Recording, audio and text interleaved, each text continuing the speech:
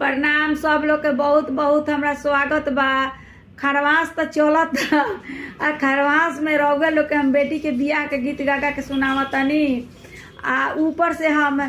गाड़ी गा के समधी के सुनावतनी। ये से कि खरवास 14 के कि 15 के उतरे वाला बा। हमनी एने तो उतरे वाला बाटे तो ओकरा बाद में तो फिर रउआ लोग के गीत गावही के होई तो आगे से तैयारी क के राखम लोग गीत सुन सुन के तो हमरो अच्छा लगी। अथी बा खरवास बाद फिर बियाह होबे करी यही से अभी हम सुना देव तनी रउआ लोग के कि अथी बा जनक राजा राम जी के बियाह करे गए रहनी दशरथ जी तो खूब समधिनी लोग गरियावत रहे लोग तो वही ला लक्ष्मण जी खिसिया गए रहनी कहतनी नु कि पतरकी बहुत गरियावत हमरा माई बाप के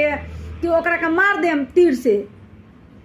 तो राम जी मुस्का गईनी आ मुस्काला पर मुँह के तो भगवाने रहनी तो सखी सब ने मुँह को के तकनी तो हंसे लगनी। बस उ लोग का कैलक लोग जनक के अथी बा जनके राजा गोड़ियावे लागल लोग तो मैं एगो अकेला फुआ रही तो उहे कह तरीके नानू रहे अरे लड़का पक्ष के गाड़ी देवल जाला तो तू नहीं के देव तारू लोगन तो वही हिसाब बा कि अथी बा जब हमनी के गांव में तो मारो में बिहार में हमनी के तो मारो में समधी भात खालन अब मारो ना जुठिया हैं तले हमनी के बियाहे शुद्ध ना हुई। तो जब अब समझी कि अब हमनी के घरे में मारो में खा तारे समधी खरवास में हम लोग के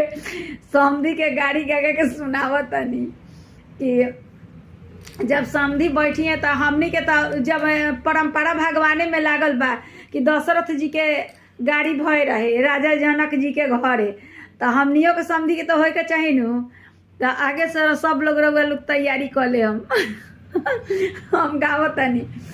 आ फिर रउआ लोग के अगर पसंद पड़ी तो हमरा कमेंट करम तो हम गा के रउआ के सुनाए मैंने से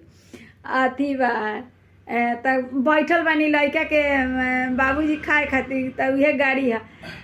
अरे जे वही बैठले समधी लड़का के पापा जी जे वही बैठलन समधी हमार समधी जे विली भरे भरी पेट जी अरे समधी के बहिनी एने ओने घूमेली हमरा पापा जी के पिछुआरी जी लड़की के पापा के नाम धके कहाई घूमेली एने ओने पिछु